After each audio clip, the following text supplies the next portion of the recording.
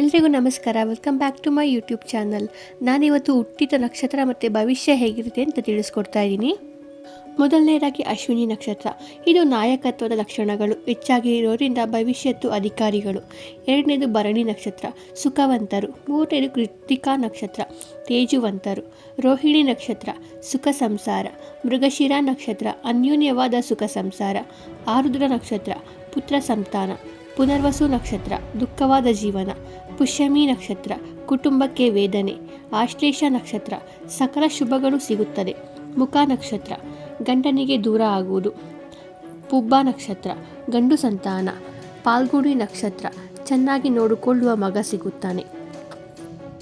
ಹಸ್ತ ನಕ್ಷತ್ರ, ಅಖಂಡ ಅದೃಷ್ಟ. ಚಿತ್ತ ನಕ್ಷತ್ರ, ಚೊಕ್ಕ ಸಂಸಾರ.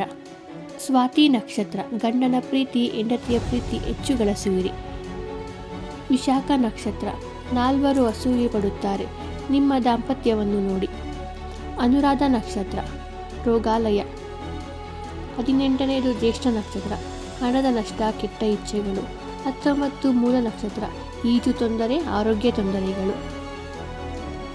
20ನೇದು ಪೂರ್ವಾಷಾಢ ನಕ್ಷತ್ರ, ಕುಟುಂಬಕ್ಕೆ ದುಃಖ. ಉತ್ತರಾಷಾಢ ನಕ್ಷತ್ರ, ಸಂತೋಷ ಜೀವನ. ಸ್ನೇಹಿತರೆ, ಈ ವಿಡಿಯೋ ಇಷ್ಟ ಆಗಿದ್ದರೆ ಈ ವಿಡಿಯೋಗೊಂದು ಲೈಕ್ ಮಾಡಿ, ಹಾಗೆ ನಮ್ಮ ಚಾನಲನ್ನು ಸಬ್ಸ್ಕ್ರೈಬ್ ಮಾಡುವುದನ್ನು ಮರೆಯಬೇಡಿ.